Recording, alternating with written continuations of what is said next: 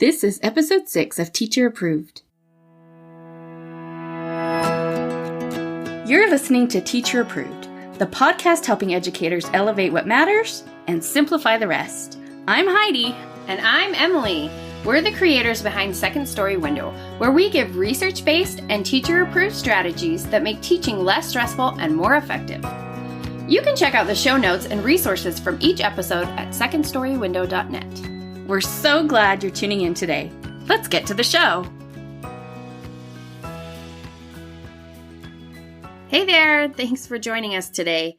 In today's episode, we'll be discussing morning meeting and why it's an essential routine, and sharing a teacher-approved tip about your support staff. We're starting our episodes with a morning message, just like we used to do at morning meeting in our classroom.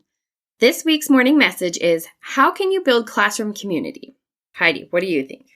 I always made sure to build in lots of opportunities for group work. My kids were working in pairs or small groups at least once a day, if not more than that, because it was just so important to the feel of our classroom, the running of our classroom, and I feel like they got so much out of it. And also I like to have them sitting in tables. I think that helped kind of build the sense of, we're all in this together. What about you, Emily? So I liked to start the day when the kids arrived by waiting for them at the door, and when they came in lined up, they could do a hug, a handshake, or a high five. And now I've seen the addition, probably on Instagram, of adding something like a little dance break boogie for kids who don't want to touch it all, which I think is a great idea. And I know I've seen some classes where they have the options posted and they can just point to which one they want. But I just would say it like, okay, hug, handshake, or high five. And as they came down the line, they would tell me which one they wanted. And I felt like it was a good way for me to greet them each by name and have a little moment with each of them. And I usually did it at the end of the day too, on the way out the door, if we had time. Yeah, time's always against you. We'd love to hear your thoughts on this question over on Instagram. You can find us at Second Story Window, and that's with a 2. Today we're going to be talking about morning meeting and why we consider it to be an absolutely essential routine in your day. So morning meeting, I was introduced to it more than 20 years ago. I wasn't even a teacher yet. And as one of my college courses, we had to interview so many teachers about their job. And I was home for the summer, so I interviewed my parents' neighbor who had taught for several years. And she's the one that introduced me to morning meeting. And I loved the idea, but I was, a college custodian, so I couldn't afford a book. A teacher book was like right outside my price range. So my mom surprised me and had it shipped to my apartment. So the morning meeting book was my first teacher book. And it was the one that I referenced every single year I've taught because it's just so foundational to how I want my classroom to run. It's such a good book. So the morning meeting format that we follow is the one that is outlined in the morning meeting book from the Responsive Classroom. And we'll link to that in the show notes if you're not aware of it. It really is so good. And every time I meet someone that's going into teaching, that's the book I buy for them too. So here is a description for morning meeting directly from that book. Morning meeting is an engaging way to start each day, build a strong sense of community, and set children up for success socially and academically. So the 4 main components of morning meeting are greeting, sharing, group activity, and morning message. But what's really important here is to be clear about what purpose each component of the morning meeting serves for you in your classroom. So if your purpose for the greeting, for example, is that every child is recognized by name, that would inform what greetings you choose from each day. And knowing that's your purpose, you can open the door to 100 different ways that you can achieve that purpose. But you can't achieve your purpose if you're not clear what it is. So we just want to be encouraging you as you listen to this episode. If you want to do morning meeting or you want to spruce up your morning meeting, to really think about what the purpose would be for each of the components as you listen today. And you might agree with the purposes that we outline, and you might totally disagree. But the important thing is that you're intentional in your choices because that's going to have the best outcome for your students. Right. Everyone can have a different purpose for each of these areas. So let's start with greeting. That's the first component of morning meeting. And your purpose in that component might be to have each child get their voice into the room. Or like we said, it could be to have each child greeted by name, or it could be something else entirely. What's important for one classroom might be different for another. The traditional morning meeting greeting is going around the circle and greeting each child by name, so everyone is welcomed into the classroom community. And that's a great one to start the year with too, as everyone's still learning names. But you might want to do a greeting where every child is saying something so they each get their voice into the room at the start of the day. And your purpose for the greeting might change throughout the year or even from day to day. So you're not married to whatever you choose as your purpose. The next component of morning meeting is sharing, where students share information about the events in their lives. Your purpose for this activity might be to validate your students' experiences. It might be connecting with one another on a personal level. It might be celebrating your students as individuals. It might be giving your students opportunities to practice empathetic listening and responding. There's a host of possibilities here. The way sharing is outlined in the morning meeting book has kids sign up for a day to share, but that's not how we ever did it. No, neither of us. We would assign a table to share on specific days. So we'd have 5 tables, table 1 shared on Monday, table 2 on Tuesday. So when we had our morning meeting, I would ask, does anyone on table 3 have anything to share today? And then let the kids who wanted to share their message. And then after they shared, I would check, if anyone hadn't raised their hand. Oh, do you want to share? Do you want to share? Some kids would want to share after some little nudging. They were too shy to raise their hands. Some didn't share all year. And that's okay. We teach students to finish their sharing by asking for questions and comments. And it's important to set the boundary ahead of time for how many questions and comments each child will take, and also what is and isn't appropriate for a question or comment. This skill is one that takes a lot of practice, especially for the younger ones. You know what they're like. They're not naturally gifted at centering a conversation around someone besides themselves, bless their hearts. That's why morning meeting is so helpful for them. But maybe your purpose for sharing is that everyone contributes to the conversation. So you might want to do something like round robin sharing, where everyone is answering the same question. Or maybe your purpose with sharing is to foster that responsive listening, and putting students in pairs or small groups to practice sharing and listening may better serve that purpose. After sharing, we have a group activity, and this allows all the students to complete a brief, lively activity together. Your purpose for this might be to foster classroom community. So your group activity might be a cooperative game, like Who Has the Button, where they all have to work together for the same goal. If your purpose is to let your students see you having fun too, you might choose an action song like My Aunt Came Back or Tootie Ta, something where you can just be really silly.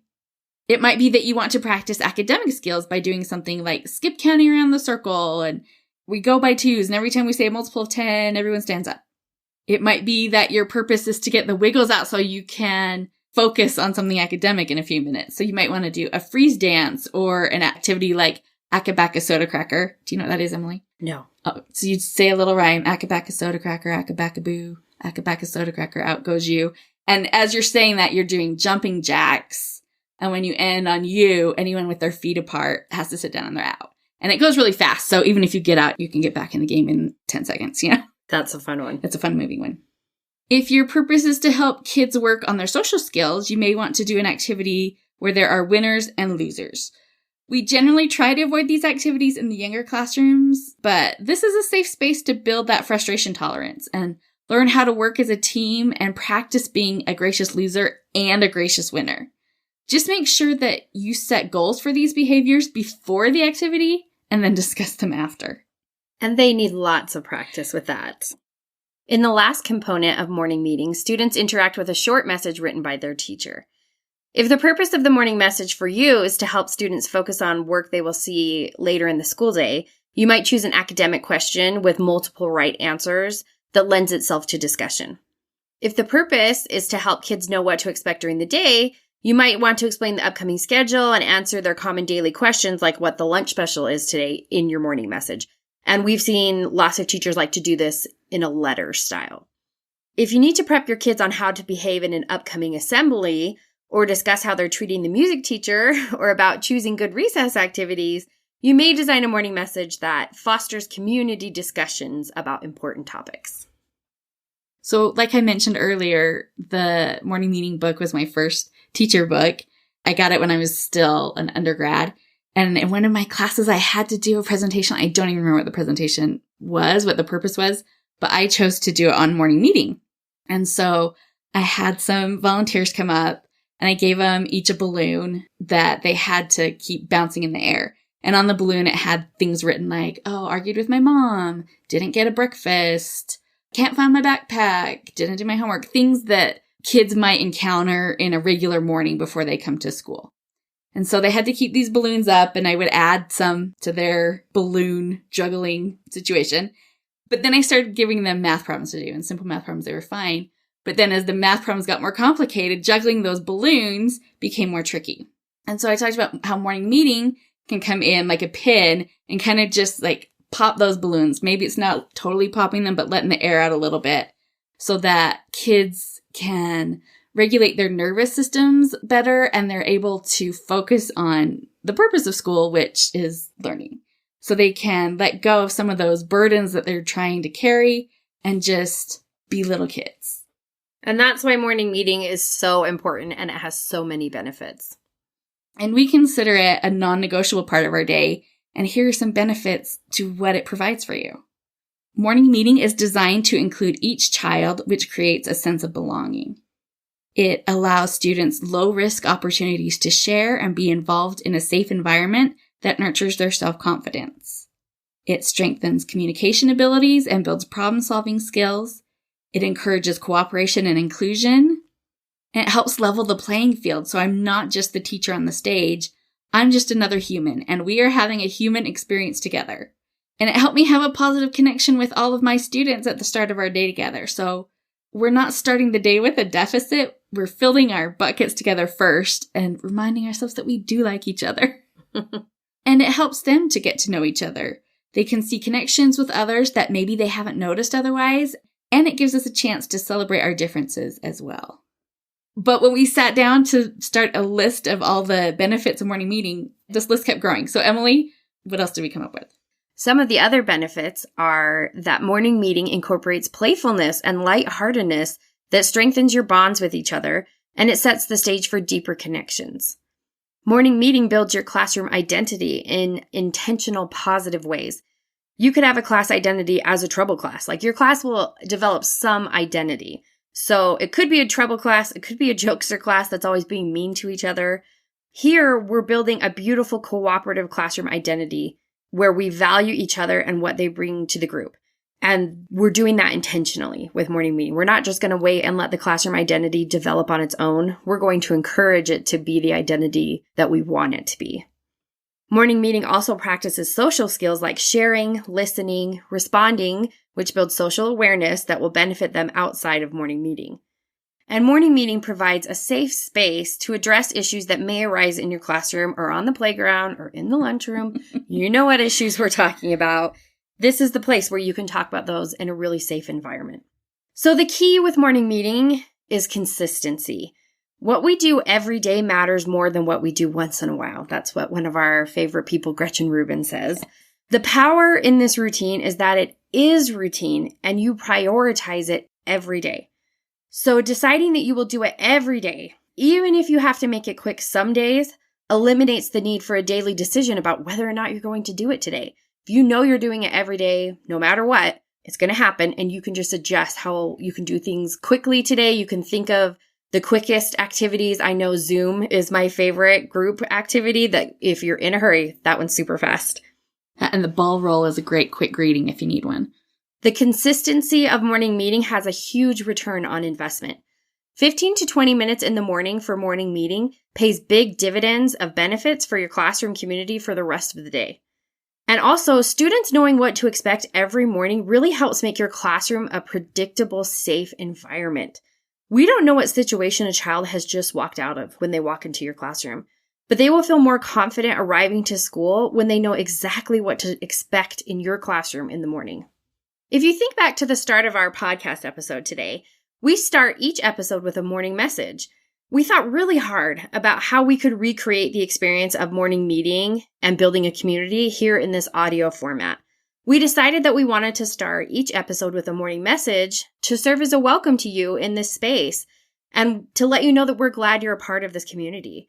So if you haven't already, be sure to follow us on Instagram at Second Story Window, that's with a 2, or in the teacher-approved Facebook group. And in those places, we'll post the morning messages in advance so that you can weigh in on them, and we may share your responses in a future episode. And if you're listening to this after we've already posted it, those posts are still there. So you can still come and join in on the conversation about these morning message topics. And we'd love to hear what you think. So Heidi, why don't you tell us about a morning meeting in action? Okay, let me walk you through how it looked in my classroom. And we're not trying to say that this is the right way or the only way, but we wanted to share a little bit about what an example of a morning meeting might look like in our regular classrooms with second graders, and to explain what we did, but more importantly, why we did it. So this can help you start thinking through your purpose and what you need for morning meeting in your own classroom. So when my students arrive for the day, the morning message is projected for them to read. As part of their morning to-do list, they answer the morning message on the board. And my purpose for doing it this way is to mark the transition into the room with a task that immediately engages them. And then it provides a launch into a community discussion later during morning meeting. So it's getting them mentally ready for the next task in 2 different ways. After the morning to-do list is done, as a class, we move to the circle on the rug. And in my classroom, we would be reciting the monthly poem during the transition. So as we're moving, we're all saying the little poem. And this is a poem I post on the wall, and we use it throughout each month. My purpose for doing the poem here is that it provides a natural time limit on coming to the rug, but in a gentle way instead of, me just counting it down.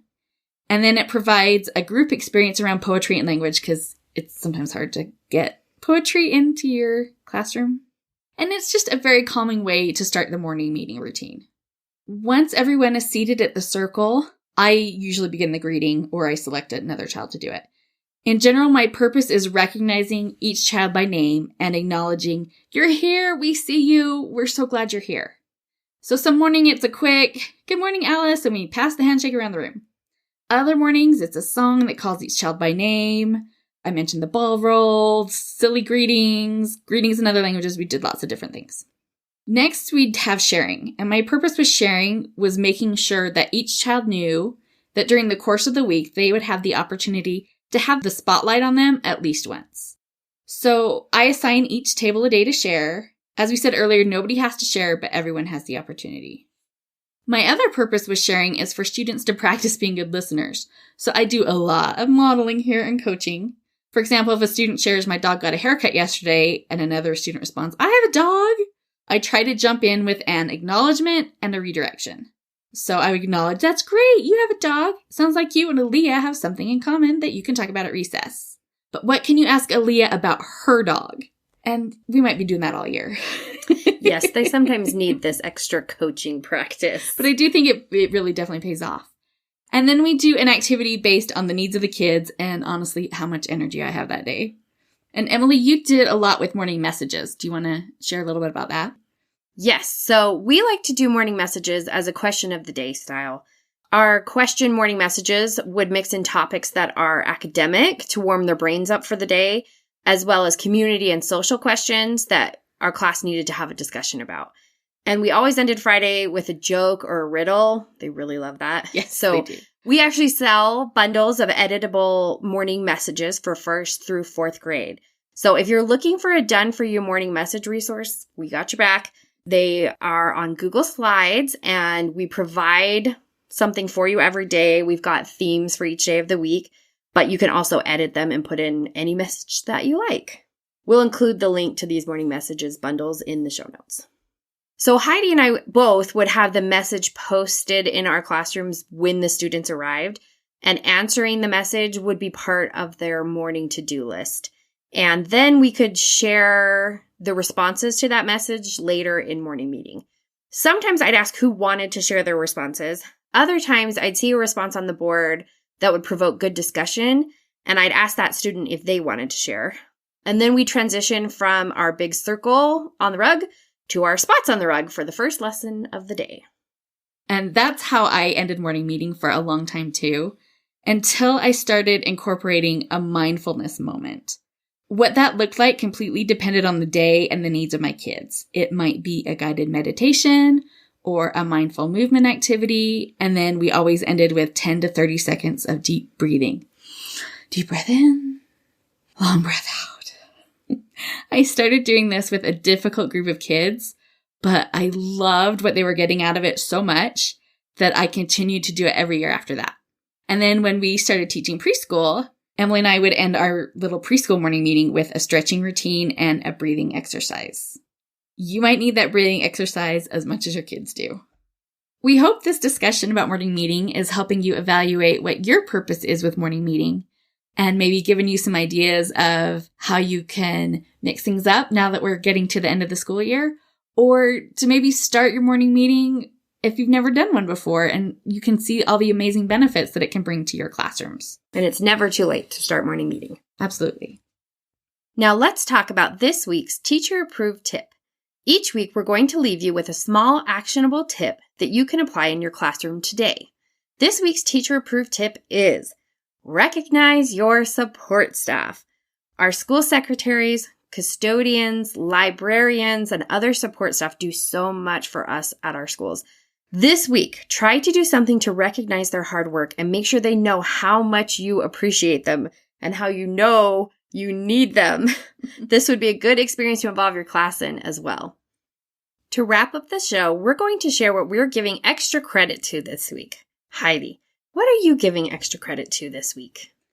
I am giving extra credit to blackout stickers, which is so random. But if you are a light sleeper and you've got annoying electronics that have little lights that shine in your blacked out room, you're going to want these stickers. It's just a sheet of little tiny dot stickers or rectangles that are meant to cover up lights on electronics so that you don't have annoying lights glowing all over when you want it dark. And once you have that, you will realize how much of a difference it makes. I use them now too. It does. And to be honest, I started traveling with them because there's nothing worse than being in a hotel room and the light on the TV is like glowing right into your eyes all night. So these little stickers, and they come right off super easily, so you don't have to worry about causing any kind of damage.